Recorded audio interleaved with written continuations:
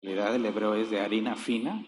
La ofrenda de harina fina podía ser de tres diferentes tipos. Menciona qué se tenía que hacer con esa ofrenda, qué se hacía en el caso de las primicias y ya. Pero nunca te explica por qué Dios pedía eso. Así que vamos a hacer exégesis del primer versículo. Y nos vamos a dar cuenta cómo haciendo exégesis del primer versículo nos resuelve la pregunta de por qué Dios pedía esto.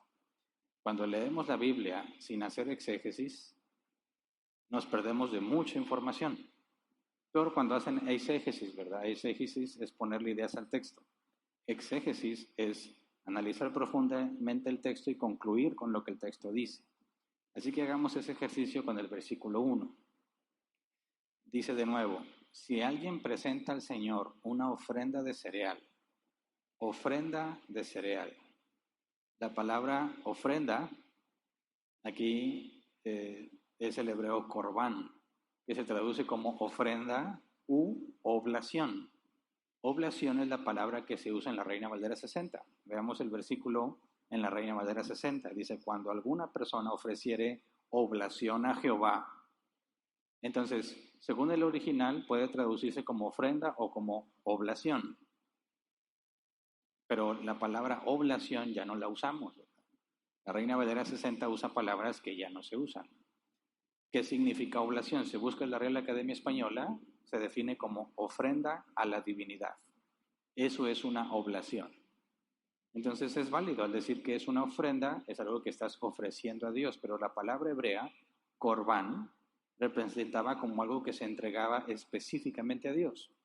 Vamos a Marcos 7, versículo 9 al 13, porque Jesús hace referencia a esta palabra para echarles en cara a los judíos que con sus tradiciones quebrantaban la ley de Dios. Marcos 7, 9 al 13 dice, y añadió, qué buena manera tienen ustedes de dejar a un lado los mandamientos de Dios para mantener sus propias tradiciones.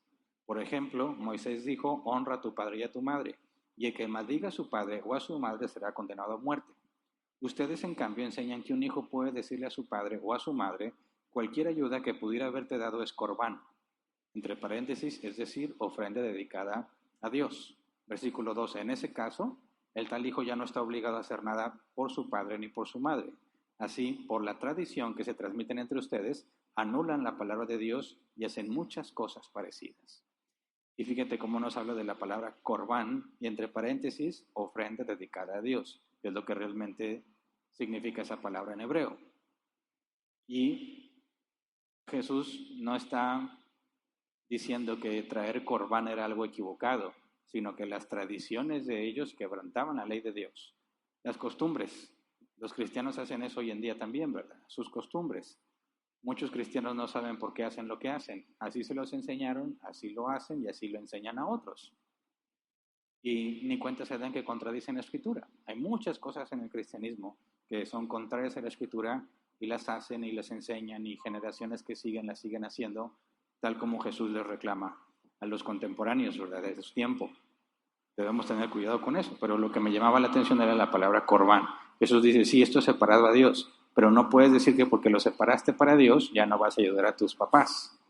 Entonces entendemos que sí es una ofrenda a Dios, en el sentido de la palabra, algo dedicado exclusivamente a Dios. Pero la pregunta todavía sigue siendo ¿por qué? ¿Por qué de harina? ¿Por qué aceite? ¿Por qué el incienso? Cuando dice, si alguien presenta al Señor una ofrenda de cereal, esta será de flor de harina. La Reina Valera 60 traduce igual, su ofrenda será flor de harina.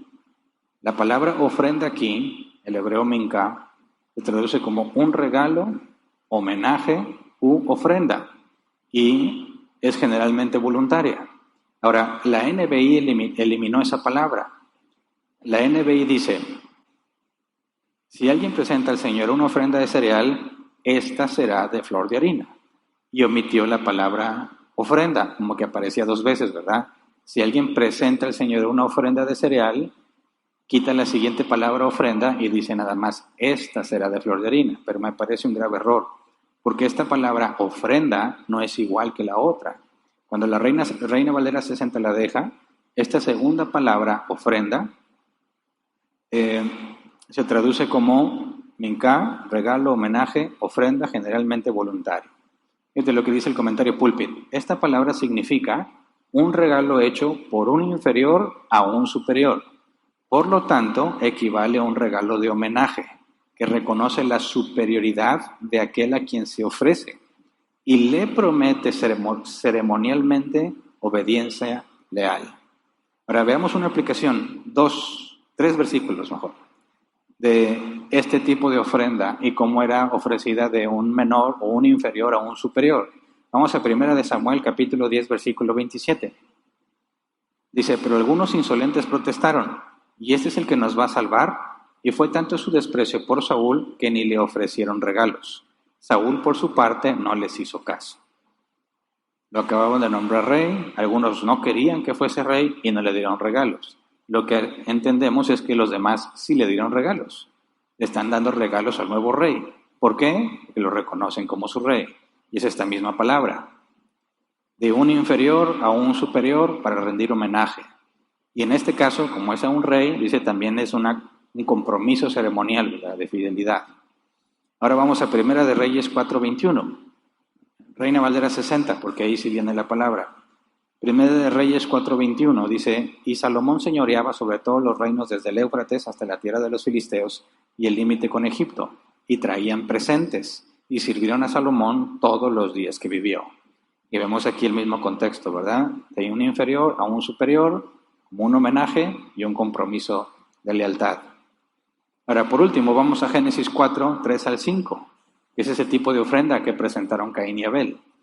Génesis 4, 3 al 5 dice, tiempo después, Caín presentó al Señor una ofrenda del fruto de la tierra. Abel también presentó al Señor lo mejor de su rebaño, es decir, los primogénitos con su grasa. Y el Señor miró con agrado a Abel y a su ofrenda, pero no miró hacia Caín ni a su ofrenda. Por eso Caín se enfureció y andaba cabizbajo. La palabra ofrenda es la misma. ¿Cuál era la intención de Caín y Abel al llevarle una ofrenda a Dios? Lo estaban reconociendo como superior, le están rindiendo homenaje. La semana pasada hubo una pregunta, ¿verdad? Si la ofrenda de Caín no había sido aceptada porque era de cereal. Y me parece que con este capítulo vemos que Dios acepta las ofrendas de cereal, de manera que no era la ofrenda de Caín lo que provocó su rechazo. Como vemos en Hebreos 11, tiene que ver la fe. Abel era un hombre de fe, Caín no. Por eso, aunque la ofrenda que presentó era una ofrenda que vemos aquí, que Dios la acepta, no agrada a Dios porque sin fe es imposible agradar a Dios. Entonces, cuando dice Dios que si van a traer una ofrenda, un corbán, algo separado para Dios, esta ofrenda, o sea, que se hace de un inferior a un superior como un homenaje, tiene que ser de flor de harina.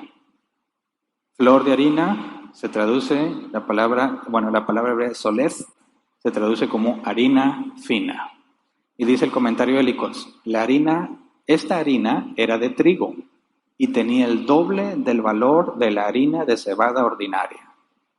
Es lo que se nos traduce como flor de harina, era específicamente harina de trigo, por eso es que era fina y era más costosa, era la harina más costosa. Entonces fíjate lo que Dios dice, si me vas a traer una ofrenda de cereal, que sea la harina más cara. ¿Por qué? ¿Y si le traigo de la barata? No es aceptable, tenía que ser harina fina. Entonces, a ver, tratemos de, con lo que hemos visto del original, haciendo una exégesis, yendo al texto para ver qué dice y tratar de concluir de ahí. Si yo te pregunto, ¿por qué Dios decía que se debía de presentar una ofrenda de harina fina o una ofrenda de cereal? ¿Cuál es el propósito? Todavía no vemos que tiene que ver el aceite y el incienso, pero hasta ahorita es algo, por lo que vimos en el original, es algo que es tuyo, pero lo apartas para Dios. Y se lo das como un homenaje, reconociéndolo como superior a ti y comprometiéndote a ser leal a Él. Entonces, no es el hecho de que le tengas que llevar harina, sino el cómo es que eres movido a llevarle esta ofrenda. Y el hecho de que sea harina de trigo y de la más cara, hay otro comentario que dice, la harina era algo que se consumía normalmente, era un alimento fundamental para todos los israelitas. Y el hecho de decir, de lo que yo tengo, de la harina fina, voy a separar una parte para Dios, habla de reconocerlo a Él como valioso y como tu proveedor, a quien le regresas algo de lo mucho que te ha dado. Ahora, ¿por qué le pide harina fina? Porque esa es la que iban a tener al alcance. Esa es la harina que consumirían. No siempre, ¿verdad? Pero la tendrían a la mano. Entonces, cuando le vas a ofrecer algo a Dios, Dios dice, tiene que ser de lo mejor.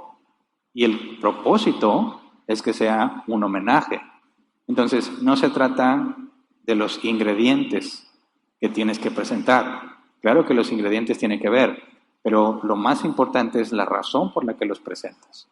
De manera que si tú le presentabas a Dios, bueno, aquí está la harina cara que me pediste, pero no lo haces con la intención de reconocerlo como tu proveedor, de comprometerte a ser leal, a ser obediente, de verlo como un homenaje que le das por lo que Él te ha dado, de nada te servía llevarla.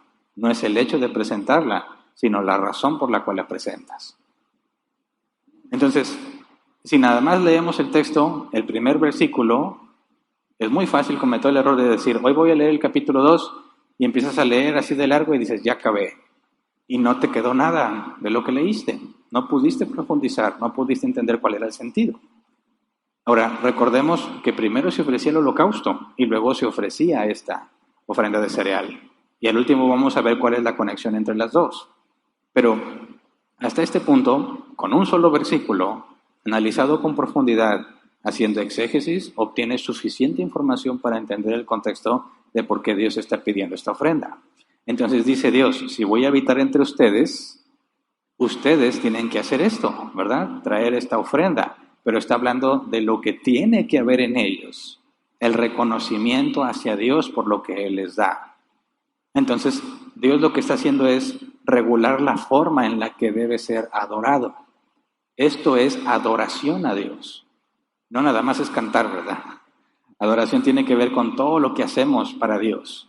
Entonces, esto de llevarle la harina fina o la ofrenda de cereal tiene que ver con la forma en que le agradeces y le brindas un homenaje a Dios.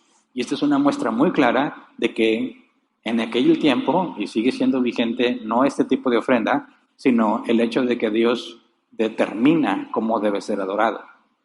No como tú quieras, no como mejor te parezca, sino como Dios lo ha dicho. Y eso nos debe llevar a ser muy cuidadosos en todo lo que hacemos.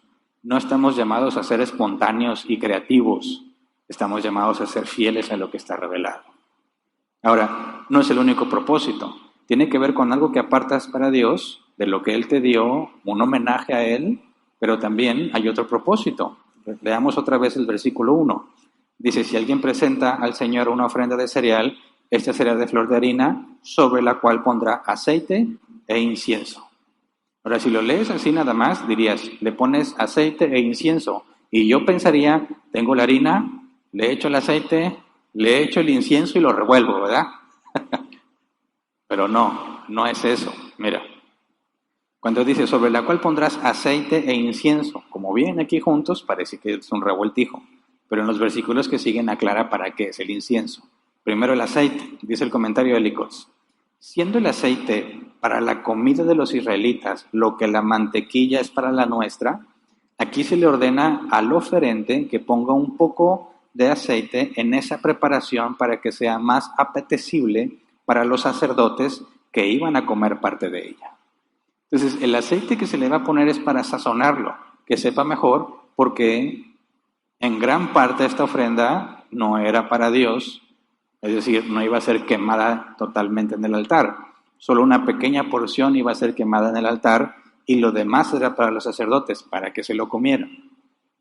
Entonces el incienso fue diseñado para contrarrestar el olor ofensivo que surge de la cantidad de carne quemada allí, como se desprende del siguiente versículo donde se dice que debe quemarse completamente. Entonces, era un homenaje a Dios, pero al mismo tiempo era provisión para los sacerdotes. Y la manera en que lo preparas tiene que ver con el sabor que va a tener para cuando los sacerdotes lo consuman. Entonces, no es una mezcla mística de que si le echas aceite a la harina, ahora sí ya es agradable a Dios. No, la harina fina, la razón por la cual la presentas, ¿verdad? un homenaje. Y luego el aceite es para que sea de buen sabor a los que se la van a comer. No es una mezcla mágica que porque si las mezclas y la pones en el altar a Dios le gusta. No, tú estás homenajeando a Dios y trayendo provisión a los que sirven a Dios en el templo. Leamos versículos 2 y 3. Levítico 2, 2 al 3. Luego la llevará a los hijos de Aarón, los sacerdotes, allí tomará un puñado de flor de harina con aceite, junto con todo el incienso, y el sacerdote quemará esa ofrenda memorial en el altar. Es una ofrenda presentada por fuego de aroma grato al Señor.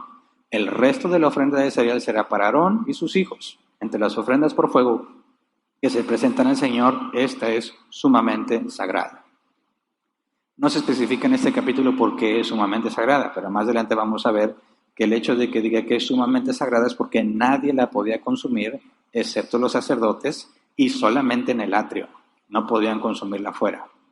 Era sumamente sagrada porque era para sus servidores, los levitas, que estaban trabajando para Dios en el templo, aunque todavía no se especifica eso. Ahora, cuando dice que tomará un puñado de flor de harina, no se especifica una cantidad específica, pero de lo que presentaban, que todavía no vemos cómo se prepara, tenían que tomar un puñito y lo aventaban al altar y se quemaba, ¿verdad? Y luego dice, junto con todo el incienso. Entonces, si te fijas, no era una mezcla, era la preparación de la harina con aceite, un puñito echado al altar y luego todo el incienso que habían llevado, todo el incienso echado al altar. Dice, y el sacerdote quemará esta ofrenda memorial en el altar. ¿Por qué una ofrenda memorial? Una ofrenda para hacer memoria. Pero ¿memoria de quién? ¿La memoria del que lleva la ofrenda o la memoria de Dios? Dice el comentario Hélicos, se llama así ofrenda memorial porque fue diseñada para traer a la memoria de Dios al adorador. O sea, para que Dios se acuerde del que está trayendo la ofrenda y para recordarle, por así decirlo, su promesa de aceptar el servicio que su pueblo le prestó de acuerdo con su mandato. Es decir, cuando el sacerdote tomaba el puñito y lo echaba al altar para que se quemara y luego el incienso visiblemente se vería el humo que subiría a la presencia de Dios. Digamos que antropomórficamente hablando, porque Dios es omnipresente. Pero dice, eso es para que Dios se acuerde del que llevó la ofrenda. Y ese es otro antropomorfismo, porque Dios es omnisciente, a Él no se le olvida nada. Él sabe todo lo que es verdadero, todo lo que ha sido, lo que es, lo que será y lo que pudo haber pasado.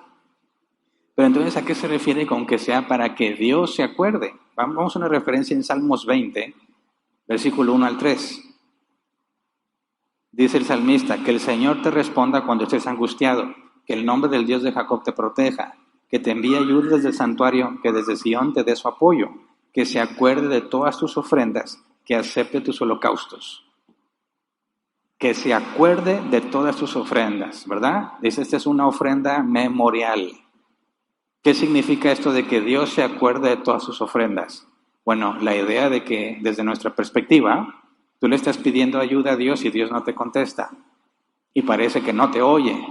Entonces tú le dices, Dios, acuérdate todo lo que yo he hecho por ti, todas las ofrendas que te he llevado. ¿Pero a qué se refiere? A que yo te reconozco como mi Salvador, ¿verdad? Quien me protege, quien me provee. ¿Y por qué acuérdate de eso? Porque están en un pacto por obras. No es por gracia, es por obras. Entonces lo que está diciendo el salmista es que Dios se acuerde del cumplimiento que has hecho de la ley. Porque si tú has cumplido la ley, Dios va a cumplir su parte. ¿Me explico? No aplica para nosotros de esa manera. No le podemos decir, Señor, acuérdate todos los miércoles que fui árbol plantado. ¿Y eso qué, verdad?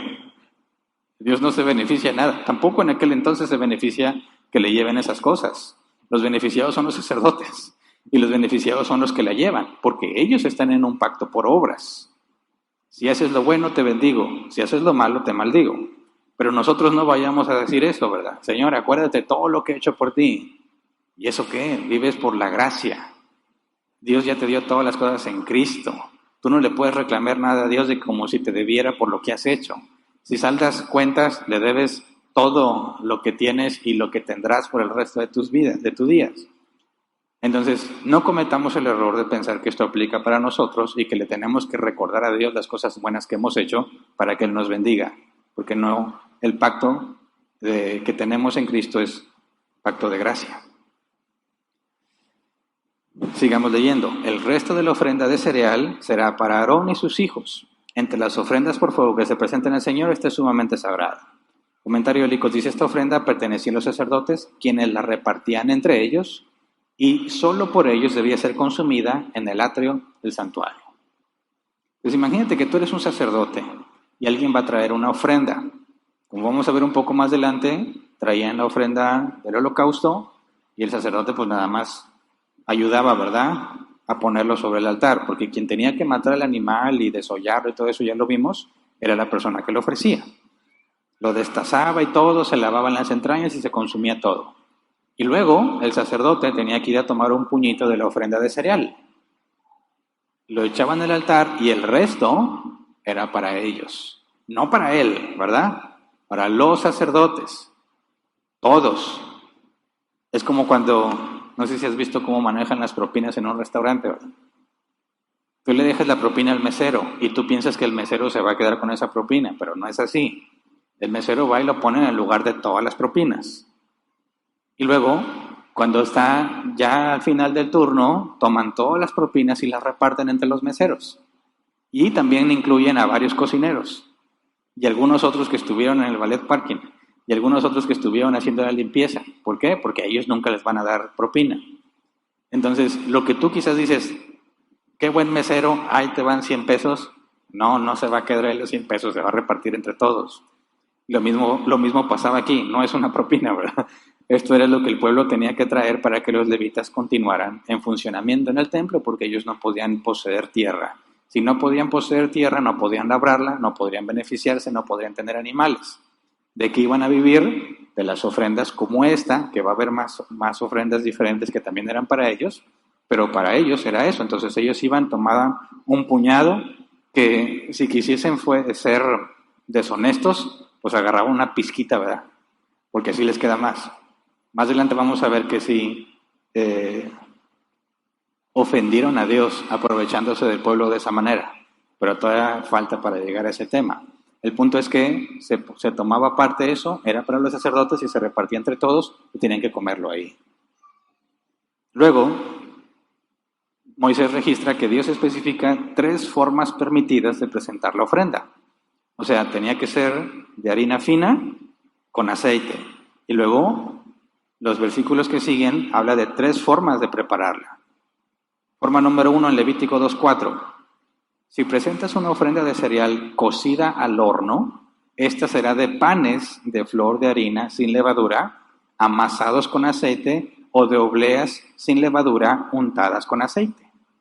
Entonces, no era la harina que le echaban el aceite, lo revolvían y ya. No, se hacía un pan con esa harina. Y luego se le echaba el aceitito mientras la amasaban, ¿verdad? Y luego se hacían obleas, panecitos chiquitos, sabrosos. Agarraban unos cuantos, se los echaban al altar y los otros para comérselos ellos. Esta era una de las formas permitidas. Cocinarlas, amasarlas con aceite y hacer obleas. Segunda forma, Levítico 2, versículos 5 al 6. Si presentas una ofrenda de cereal cocida en el sartén, la ofrenda será de flor de harina sin levadura, amasada con aceite. La partirás en pedazos y le echarás aceite. Es una ofrenda de cereal. ¿Cuál es la diferencia aquí? Que esta tiene que ser partida en pedazos. La primera forma de prepararla eran pequeñas obleas. En esta no, por lo que podemos entender, dice, está en un sartén y al partirla en pedazos era un pan grande, ¿verdad? Tenía que partirse en pedazos, ya había sido amasada con aceite, lo partían en pedazos y luego le echaban más aceite. Dice el comentario de Licos, la torta así horneada no debía ofrecerse entera, sino partida en pedazos y mezclada con aceite. El pan partido en pedazos y empapado en aceite, mantequilla, leche o jugos dulces, todavía constituye un plato favorito entre los árabes beduinos. O sea que era delicioso. Así estaba preparado, no sé si tenían permitido echarle algo más, pero lo que podemos ver es que era algo sabroso, algo que les gustaba comer. Entonces imagínate el sacerdote con hambre ahí en las ofrendas. Esos trajeron obleas. Y luego el que sigue, estos trajeron la torta entera, bueno, un pedacito, ¿verdad? Y los demás se guardan. Tercer forma, Levítico 2, 7 al 10. Si presentas una ofrenda de cereal cocida a la olla, la ofrenda será de flor de harina con aceite. Así preparada la ofrenda de cereal se la llevarás al Señor, es decir, se la llevarás al sacerdote, quien la presentará en el altar. El sacerdote, luego de tomar una parte como ofrenda memorial, la quemará en el altar. Es una ofrenda presentada por fuego de aroma grato al Señor. El resto de la ofrenda cereal será para Aarón y sus hijos. Ante las ofrendas por fuego que se presentan al Señor, esta es sumamente sagrada. Y aquí no se especifica claramente si era un pan grande, pedacitos o qué. Además nos dice que se podía cocinar en el horno, en el sartén o en una olla, que según algunos comentaristas son cosas que estaban al alcance de cualquiera de los israelitas. No todos tendrían horno, quizás no todos lo harían en sartén, dicen que la mayoría lo haría en una olla, pero existían esas posibilidades y obviamente pues la sazón de cada quien iba a variar ahí, ¿verdad? La ofrenda. Entonces me imagino yo que los sacerdotes van a decir, ya vino Chanita, a ella le queda bien sabroso. Y luego, ya vino doña, no sé cómo se llamen allá, no sé, doña Julia, no sé. Bueno, eso se lo reparto a aquellos, ¿verdad? Iba a depender mucho la sazón de cada persona que lo ofreciera, ¿verdad? Pero fíjate bien, es algo que era agradable. Le provocaba felicidad al que va a llevar la ofrenda y al sacerdote que se la va a comer. Ahora, luego Dios hace una prohibición, Levítico 2:11. Ninguna ofrenda de cereal que ustedes presenten al Señor será de masa fermentada, porque en una ofrenda al Señor presentada por fuego no se debe quemar ni miel ni levadura. Dios prohíbe la mezcla de miel y levadura. ¿Por qué? Comentario de Licos. Como la miel se usaba en tiempos antiguos para producir fermentaciones, se excluye como la masa fermentada de estas ofrendas. Diccionario Cambridge. Dice, tanto la levadura como la miel producen fermentación, un proceso que se ha asociado en el pensamiento con el funcionamiento de deseos rebeldes y considerado como un símbolo del mal. La idea de corrupción en relación con la levadura era familiar en los tiempos de los romanos. Cita a un historiador Plutarco, dice, la levadura nace de la corrupción y corrompe aquello con lo que se mezcla. Toda fermentación es una especie de putrefacción. Entonces, nos da un sentido de cómo era vista en aquel entonces la fermentación. Y Dios dice, si vas a traer esta ofrenda, no puede traer miel y levadura. No debe ser fermentada. Esta es la que iban a quemar un cachito en el altar, ¿verdad? Sin embargo, la miel y la levadura sí estaban permitidas en las ofrendas de primicias. Vamos a Levítico 2:12. Llevarán al Señor levadura y miel como ofrenda de primicias, pero no las pondrán sobre el altar como aroma grato.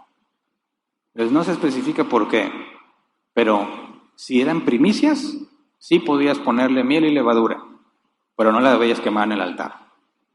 Si era una ofrenda normal, no de primicias, no debería llevar miel y levadura para que no se fermente. Única razón probable, la que menciona, es el símbolo que tiene que ver la levadura. No sabemos por qué en las primicias sí y en las otras no. Luego, versículo 13, un requerimiento para todas las ofrendas mencionadas. Dice, todas las ofrendas de cereal las sazonarán con sal y no dejarán que les falte la sal del pacto de su Dios. A todas las ofrendas deberán ponerles sal. ¿Por qué? Bueno, de que se van a comer los sacerdotes, dices, pues vas a ver más rico, ¿verdad? ¿Cuál es el efecto de la sal en los alimentos? Incrementa el sabor que ya tienen los alimentos, ¿verdad? Pero sería nada más para que sepa bien. Bueno, quizás sea parte de, pero el contexto cultural nos da más información. Cuando dice, todas las ofrendas de cereal las sazonarán con sal, dice el comentario de Licos, pero la sal, que es contrario a la levadura, que preserva a los alimentos, los preserva de la putrefacción y de la corrupción, debía ser un ingrediente no solo de las ofrendas de cereal, sino de todos los sacrificios de animales. Entonces le echaban sal para que se conservara más tiempo. Número 1. Luego dice, y no dejarán que les falte la sal del pacto de su Dios. ¿Y cómo que la sal del pacto de Dios? Eso ya no tiene nada que ver con el sabor ni con preservar algo. Aquí no se está hablando de algo completamente diferente.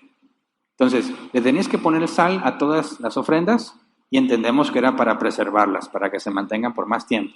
Pero luego nos habla de la sal del pacto de Dios. ¿Qué significa eso? Eso necesariamente tiene que ver con algo que se entendía en aquel entonces que nosotros ya no entendemos. Tiene que ver con el contexto cultural. ¿Qué se entendía en aquel entonces cuando se hablaba de un pacto de sal? Fíjate lo que dice el comentario Hélicos. Por sus cualidades antisépticas y sabrosas, la sal se convirtió en un símbolo de hospitalidad, amistad, durabilidad, fidelidad. Comer pan y sal juntos es, en Oriente, una expresión de una liga de amistad mutua. Por los beneficios de la sal era asociada a la amistad. Como la sal preservaba los alimentos por mucho tiempo, era visto como un símbolo de una amistad mutua que perduraba. Dice, cuando los árabes hacen alianza, ponen sal en la hoja de una espada de donde cada uno pone un poco en su boca.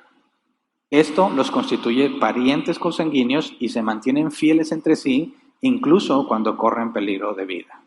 Peligro de muerte, cuando ponen en peligro su vida. Dice, de ahí la expresión un pacto de sal, que también aparece en varios pasajes de la Escritura y denota una alianza indisoluble, un pacto eterno. Vamos a dos aplicaciones en Números, capítulo 18, versículo 19. Números 18, 19 dice, yo, el Señor, te entrego todas las contribuciones sagradas que los israelitas me presentaron. Son tuyas y de tus hijos y de tus hijas como estatuto perpetuo. Este es un pacto perpetuo, sellado en mi presencia con sal. Es un pacto que hago contigo y con tus descendientes. Ahí está la sal mencionada. Un pacto sellado con sal. Tiene que ver con las tradiciones y costumbres de aquel entonces. Algo que implicaba que era indisoluble, que no se deshacía, que era un buen pacto. Otra referencia, Segunda de Crónicas, capítulo 13, versículo 5. Dice, ¿no saben que el Señor, Dios de Israel, concedió para siempre el reino de Israel a David y a sus descendientes mediante un pacto inalterable? Pacto inalterable, dice la NBI, Reina Valera 60. ¿No sabéis vosotros que Jehová, Dios de Israel, dio el reino a David sobre Israel para siempre, a él y a sus hijos, bajo pacto de sal? Ahí vemos la referencia a un pacto inalterable que pone la NBI, que en el original dice un pacto de sal, el contexto histórico. Entonces, cuando Dios hablaba de la sal del pacto de su Dios, tenía que ver con la inmutabilidad, con un pacto que es inalterable, que para nosotros escuchar eso no tiene ningún sentido, pero ellos cuando lo escuchaban, perfecto sentido. Ahora, por eso tenemos que recordar que la Biblia no fue escrita a nosotros, ¿verdad? Fue escrita a los hombres de aquel entonces, pero sí es para nosotros, ¿verdad? Porque conocemos a Dios por medio de su palabra, pero nosotros no somos los destinatarios de estos textos.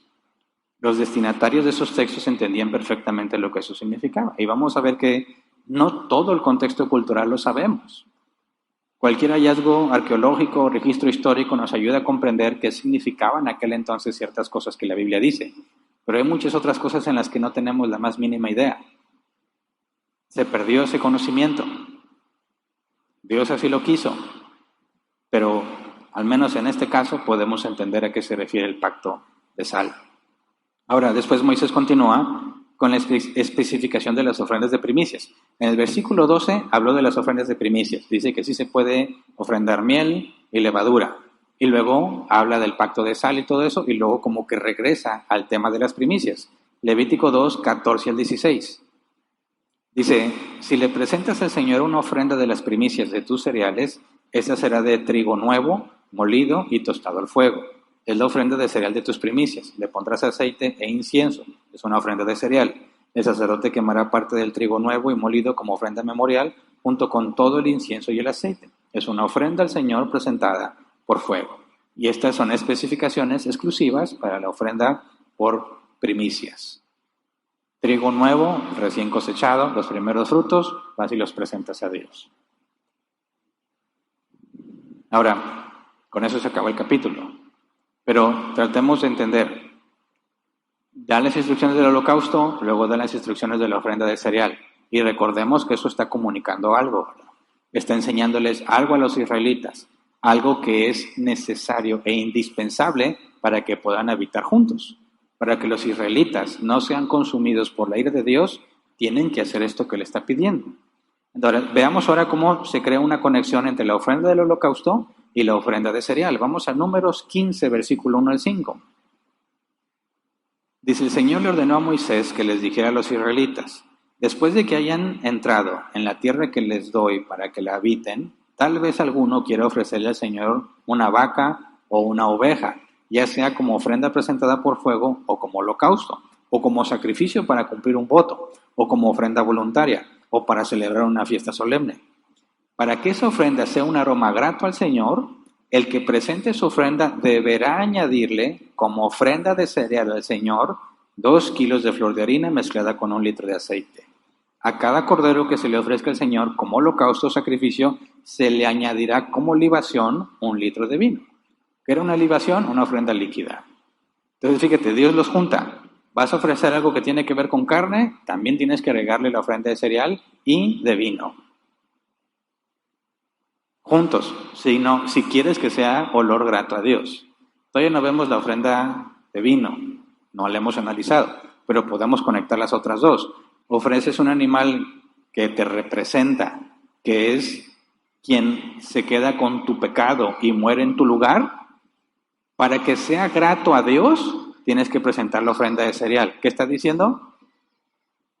Tienes que ir a confesar tu pecado. ¿Se acuerdan del proceso, verdad? Se ponía la mano sobre la cabeza del animal. Históricamente se confesaba el pecado. Se le pedía a Dios que le quitara a él la culpa porque la culpa pasaba al animal. Se degolla el animal, parte de la sangre se ponía en el altar como para Dios. El animal se desollaba y todo el proceso para ofrecerlo. Dice Dios, bueno, si tú estás diciendo que reconoces tu pecado y que por medio de un sustituto vas a ser librado de la ira de Dios, también tienes que reconocerlo como tu superior, rendirle homenaje, traerle algo de lo que Él te ha dado y comprometerte a serle fiel. ¿Qué es lo que está diciendo Dios? No basta con que digas, Dios, perdóname, aquí está el que paga por mí. También tienes que honrarlo. Tienes que proveer para los que sirven.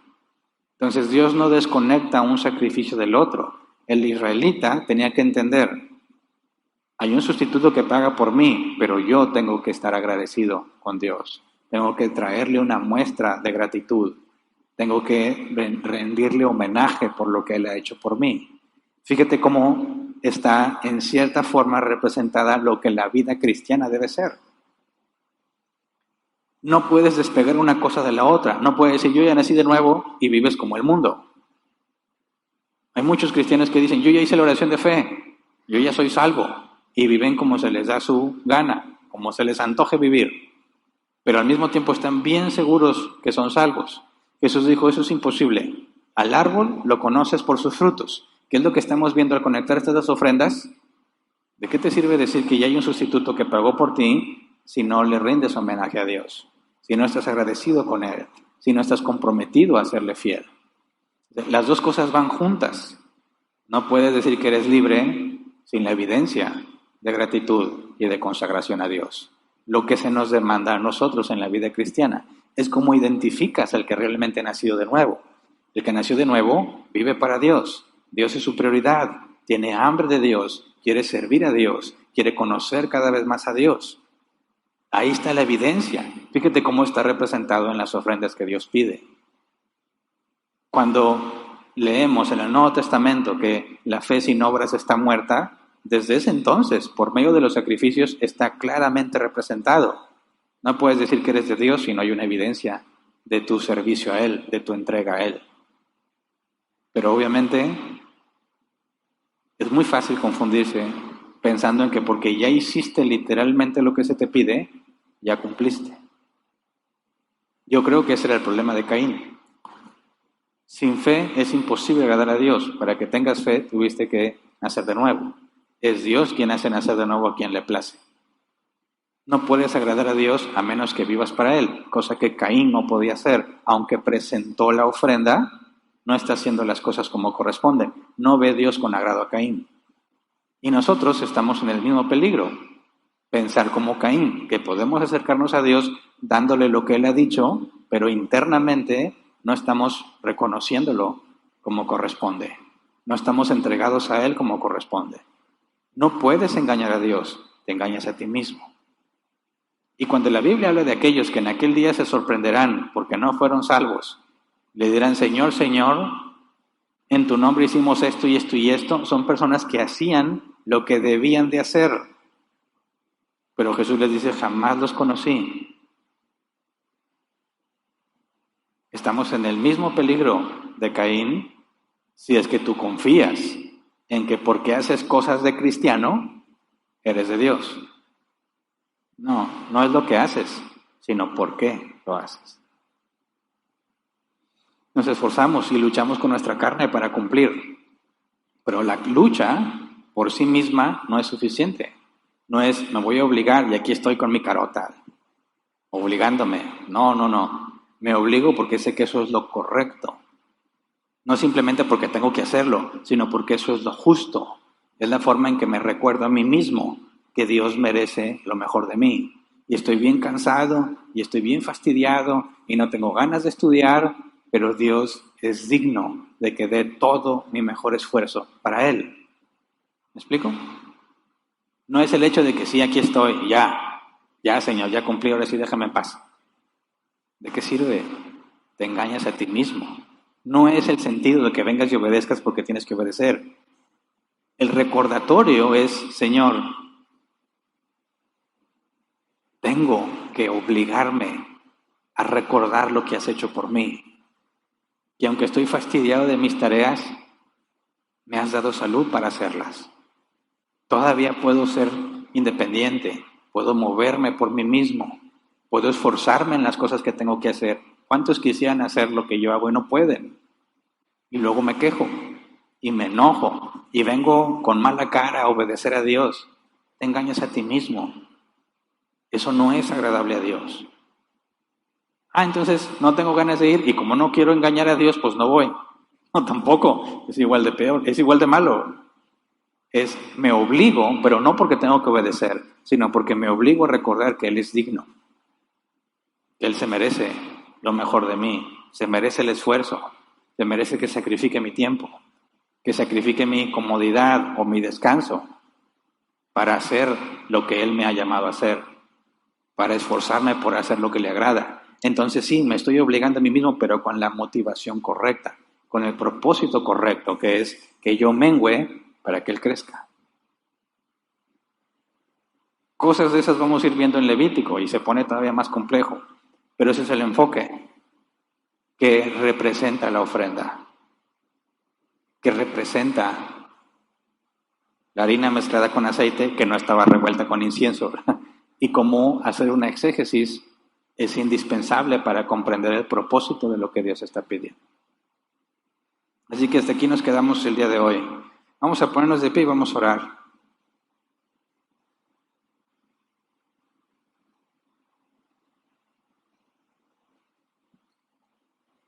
Aún no se especifica por qué los sacerdotes tenían que recibir estas ofrendas, ¿verdad? Por eso no me metí en nada de esos temas, hasta que quede claramente especificado el por qué. El punto es que desde la perspectiva del que adora a Dios, tiene que tener siempre en mente que Él es digno y que lo que tenemos es por gracia, no es por obras como en estos tiempos, y que no estamos obedeciendo para que Dios nos bendiga. Estamos obedeciendo por todo lo que ya hizo por nosotros. Este mundo es difícil. Las cargas de este mundo son difíciles. Nuestra esperanza está en el día que Él regrese por nosotros. Pero mientras estemos aquí, decía Pablo, sufrimos como buenos soldados de Jesucristo. Un soldado cumple lo que se le encomendó, defiende su misión aunque muera. Ese es el sentido de la vida del cristiano. cumplimos lo que se nos encomendó. Cada uno tiene dones diferentes para servir. Todos tenemos el mismo llamado, a ser discípulos, a anunciar el Evangelio.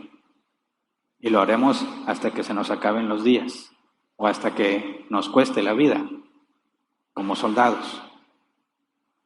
Nuestro propósito no está aquí, no es disfrutar. Sí, va a haber tiempos en que vamos a disfrutar este mundo, pero no es el propósito de Dios hacernos felices en este mundo.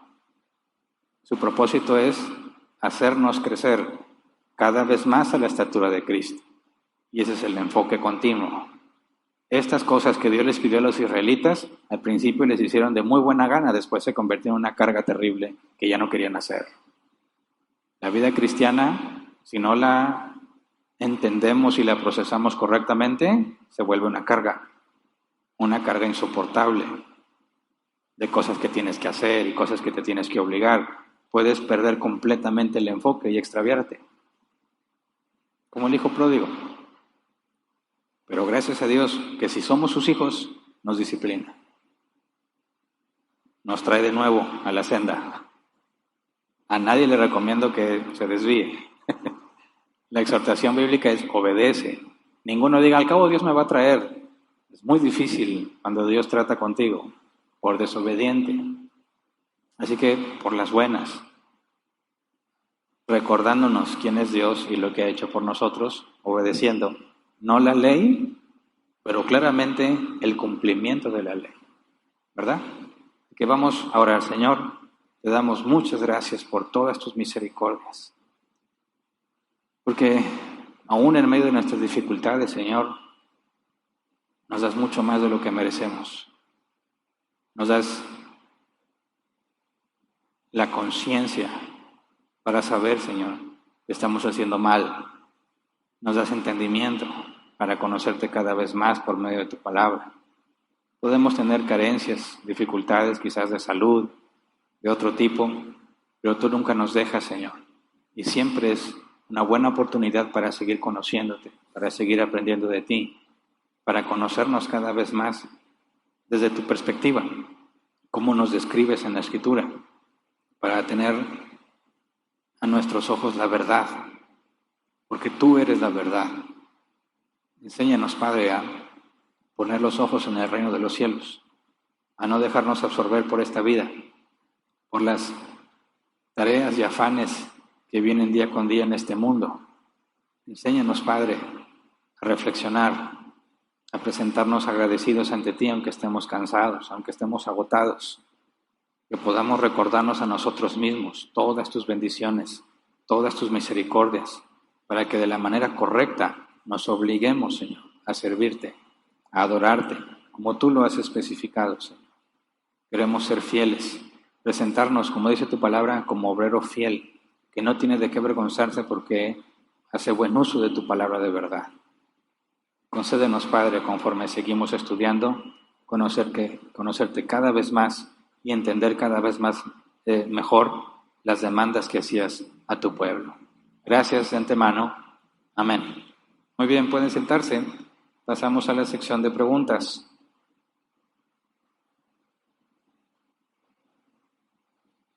$15 minutos para responder. Aparece el código QR para que te apuntes en el grupo. Si estás en las redes sociales, en Facebook y en YouTube, y no estás en el grupo de WhatsApp, escribe tu pregunta en los comentarios y las canalizarán a este grupo. Si hay preguntas que no tienen nada que ver con el tema, las paso para el final, por si hay tiempo.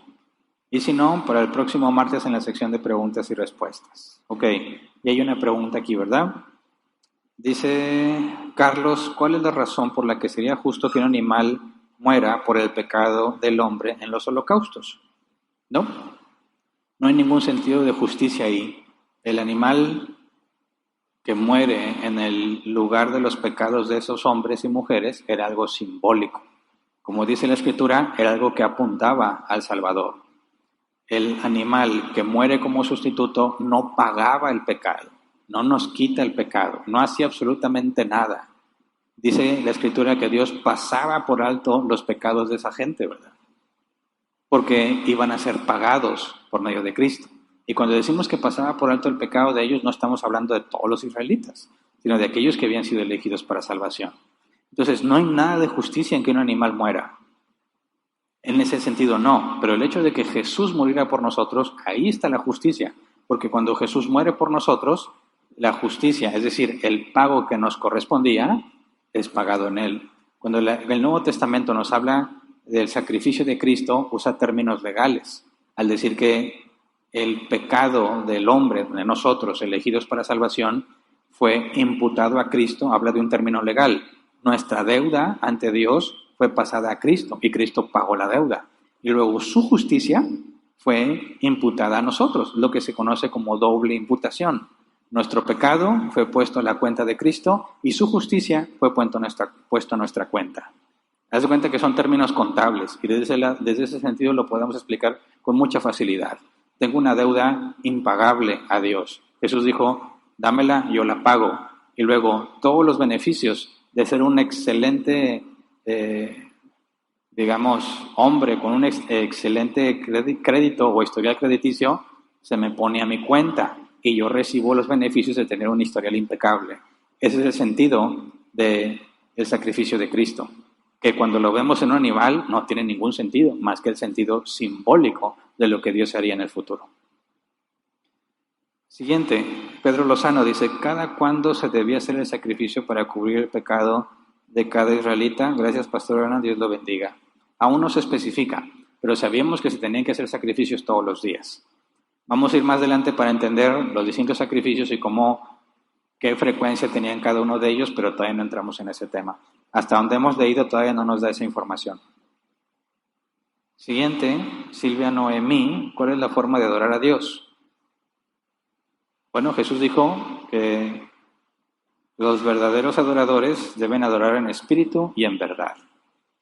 En espíritu y en verdad. Puede ser algo complicado de entender porque el contexto no nos da más información. Pero cuando tomas en contexto el Nuevo Testamento, sabemos que el Espíritu Santo viene a morar en nosotros cuando nacimos de nuevo. Y no podemos hacer lo bueno a menos que el Espíritu Santo en nosotros nos capacite para hacerlo. Entonces, para adorar a Dios, cuando Jesús dice que se debe adorar en espíritu, estamos diciendo que es por medio del Espíritu Santo en nosotros. Así es como podemos adorar a Dios de la manera correcta. Y cuando dice en verdad, tiene que ver con... Cuando Jesús dijo que Él era el camino, la verdad y la vida, adorar en espíritu y en verdad parece ser que es por medio del Espíritu Santo en Jesucristo, porque la Biblia dice que somos uno en Cristo. También puede interpretarse el sentido de que es en verdad, es como correctamente a Dios ha especificado.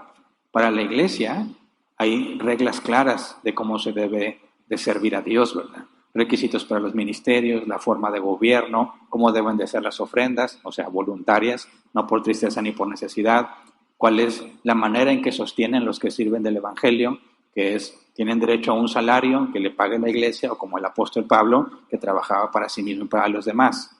Tiene que ver con cómo se tenía que enseñar, quiénes son los encargados de la enseñanza, cómo se tenía que ayudar a los pobres, a los que dependen de la iglesia, las viudas, los huérfanos, características específicas. Hay muchísima información de cómo la iglesia debe adorar a Dios, cómo debe vivir para Él. Y obviamente no me alcanzaría el tiempo para explicar todo eso, pero en eso consiste la vida cristiana y estudiamos la Escritura para entender cada vez mejor cuál es la forma en la que debemos hacer las cosas de acuerdo a lo que Él ha dicho. Siguiente, Carlos dice, ¿por qué razón algunos morían por no cumplir la ley, pero con otros Dios pasaba por alto sus pecados? Buena pregunta. Por la misma razón que hoy en día a muchos Dios no sé si existe esa palabra, iba a decirlos en justicia, no sé si existe. Dios les da justicia como a Ananías y Zafira en el acto, y hay otros a quien los perdona. O sea, bueno, no los perdona, quizás algunos los tolera y mueren mucho después. El punto es, la pregunta no es por qué algunos mueren luego y otros no. O sea, nos asombra el hecho de que algunos mueran de inmediato, pero se nos hace normal que otros no se mueran. La Biblia dice que la paga del pecado es muerte, ¿verdad? Lo sorprendente es por qué no te has muerto tú, porque has pecado muchas veces, ¿verdad? Y si Dios es justo, al momento en que pecas, debería quitarte la vida. Entonces, lo que esperamos ver es que todos deberían estar muertos. Lo sorprendente es que no lo están. Así que la pregunta es, ¿por qué algunos se mueren luego, luego y otros no? Bueno, esos que se mueren luego, luego es lo esperado. Eso es lo justo. Los que no, ahí es donde podemos profundizar en muchas cosas del por qué no. Los que han sido elegidos para salvación tienen un día y hora específico, un medio por el cual van a conocer el Evangelio, y todos los pecados que cometieron son perdonados en Cristo. Hay otros que, aunque no son de Cristo, son tolerados sus pecados, y dice, acumulan ira para el día de juicio. Otros, como Faraón, se le toleran por mucho tiempo los pecados para luego manifestar el poder y la justicia de Dios. Otros, que se les perdonan los pecados hasta que mueren incluso por vejez, pero iban a engendrar a personas, hijos, que serían salvos o cuyos hijos y de los hijos eran elegidos para salvación. Entonces, hay muchísimas formas de poder abordar y explicar por qué Dios tolera el pecado de muchos. Y ahí es donde está lo sorprendente, lo misterioso. No en el hecho de que algunos se mueran luego, luego. Eso es lo que esperaríamos para todos. Entonces, ajusta tu manera de pensar y te va a llevar a ver la gran misericordia y paciencia que Dios tiene. Siguiente, Karen Orozco, ¿por qué hoy en día le llamamos ofrenda al donativo que se da en la iglesia? ¿Se da de la misma forma que estas ofrendas del Antiguo Testamento? Pues mira, el concepto que vemos ahora es algo que apartas para Dios y por eso sigue siendo vigente, ¿verdad? Si yo voy a traer una ofrenda para Dios económica, es algo de lo que yo tengo apartado exclusivamente para Dios. En ese sentido es correcto, pero hasta ahí, ¿verdad? Ya decir que tenga que ser así un animal o ofrenda cereal y eso no nada que ver. El hecho, lo que significa la palabra es lo que sigue aplicando para nosotros, algo específico que apartamos para Dios. Siguiente pregunta.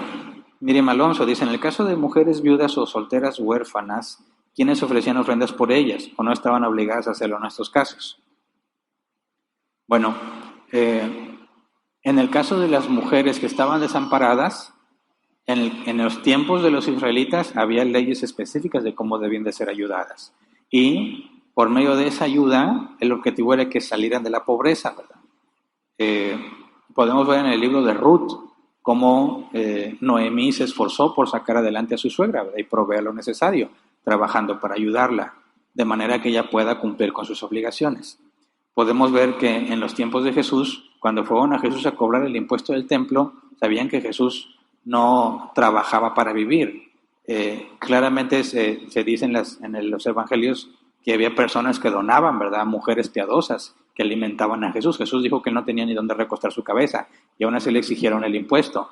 Y Dios proveyó para Jesús, ¿verdad? Al decirle a Pedro que fuera a pescar y el primer pez iba a tener el pago de ellos dos. Entonces, en el Viejo Testamento tenemos evidencia de provisión sobrenatural de parte de Dios para con algunas viudas. Otras entendemos que era por medio del pueblo de Dios que se hacía cargo de ellas. Pero de una u otra forma eran provistas para eso. En la iglesia, o sea, en el Nuevo Testamento, Pablo instruye, ¿verdad?, que debe de haber ciertos requisitos para que las viudas formen parte de aquellos que van a recibir una manutención periódica porque están realmente desamparadas. De manera que puedan tener lo suficiente para la vida, y como en el Nuevo Testamento la ofrenda es voluntaria, pues ella ofrecería de lo que según pueda, ¿verdad? Que es la viuda pobre que echó más que todos. Cuando Jesús dijo, esta viuda pobre ha echado más que todos a las ofrendas. Era poco lo que echó, pero dice Jesús dio todo lo que tenía. Pero no literalmente todo lo que tenía en ese momento, ¿verdad? Porque seguramente había quien la sostenía o la sustentaba. Y son todas las preguntas, ¿verdad? Muy bien. Terminamos entonces. ¿O aparece que alguien está escribiendo? Vamos a esperar. Aquí está otra. Dice Carlos, en el pacto por obras también eran justificados por la fe, ya que se menciona que Abraham fue justificado por fe. Entonces, ¿el pacto por obras operaría solo para efectos de salvación en la vida terrenal? No, mi amigo, se me hace que te estás confundiendo. El pacto por obras es el que hicieron los israelitas con Dios en el Sinaí. Ese es el pacto por obras, condicionado a la obediencia. Si obedeces, Dios te bendecía. Si desobedeces, Dios te maldecía. Abraham no estaba en ningún pacto por obras. No había ningún pacto más que el pacto de Noé. Cuando Noé y su familia descendió del arca, Dios hizo un pacto con ellos y les puso 7 especificaciones, ¿verdad? Las leyes noágidas, así le conocen algunos, las leyes noágidas. Y era para todo el género humano. Estaba de no asesinar y no comer carne con sangre, etc. Pero Abraham, su fe le fue contada por justicia. Abraham recibió misericordia y gracia. Abraham no estaba en un pacto por obras. Los israelitas hicieron un pacto por obras, juramentado, diciendo que si no obedecían, Dios los maldeciría. Y así pasó porque no pudieron cumplir. Pero como es un pacto por obras, nadie se salva por las obras. Esa es la condenación. Ninguno podemos ser perfectos, ninguno de nosotros puede ser justo porque siempre pecamos. Por eso el apóstol Pablo nos enseña que el pacto por obras era, dice la Reina Valera 60, nuestro ayo a Cristo, quien nos guía a Cristo, es decir, a reconocer que necesitas un Salvador. Porque aunque cumplieras con todo lo que la ley demandaba, tú seguías pecando, de manera que nunca se solucionaba tu problema. Nunca podrías estar ante Dios porque constantemente pecas. Llevaba o debía llevarte a la conclusión de que necesitas que Dios te salve de ti mismo, porque nunca vas a poder dejar de pecar. En el Nuevo Testamento, que nos enseña que ya fuimos perdonados y listo, ya no hay más deuda que pagar. Esa es la diferencia entre las obras y la gracia. Por obras nadie se va a salvar. Y ahora sí, esa era la última, ¿verdad? Es todo entonces. Avisos. Bueno, recordarles que este sábado a las 7:30 es la junta de miembros. Vamos a hacerla híbrida. Se van a ofrecer los 150 lugares que tenemos por el aforo. Y como sabemos que nuestra responsabilidad es tener coinonía, ¿verdad? Convivir de manera presencial, los 150 que alcancemos lugar, pues aquí estaremos, ¿verdad? Y llevaremos la junta desde aquí. Aquellos que no alcanzan lugar, bueno, vamos a transmitirla por medio de una invitación especial para que los miembros que no alcanzaron lugar puedan conectarse y participar. Van a poder hacer preguntas y vamos a tener que hablar de ciertos temas donde requerimos su participación y los que estén en línea van a poder interactuar con el chat. Así que va a ser híbrida. Como los lugares para el evento se abren 2 días antes y va a ser el sábado, mañana en la mañana va a haber 2 eventos disponibles, el de los adolescentes y el de la junta de miembros, para que se pongan abusados, ¿verdad? Que a las 8 de la mañana se abre el registro para que se paren su lugar. Y es todo, ¿verdad? Ahí están las ventas. Recuerden que eso está ofreciéndose en las ventas es algo que voluntariamente trajeron algunos de nuestros hermanos. En lugar de depositar la ofrenda en donde ponemos las ofrendas, ellos lo transformaron en alimentos para que al venderlo haya un pequeño margen de ganancia y entonces la iglesia se beneficie con más dinero de lo que originalmente se iba a ofrendar. Así que lo que ellos traen, lo traen de voluntad propia, lo hicieron ellos mismos y es para que nosotros nos beneficiemos y a la vez dejemos mayor ofrenda aquí en la iglesia y la caja de las ofrendas, esa va directa para mantener este lugar en funcionamiento. Ok, es todo entonces. Descansen. Si Dios quiere, nos vemos el domingo para continuar nuestro estudio. Gracias.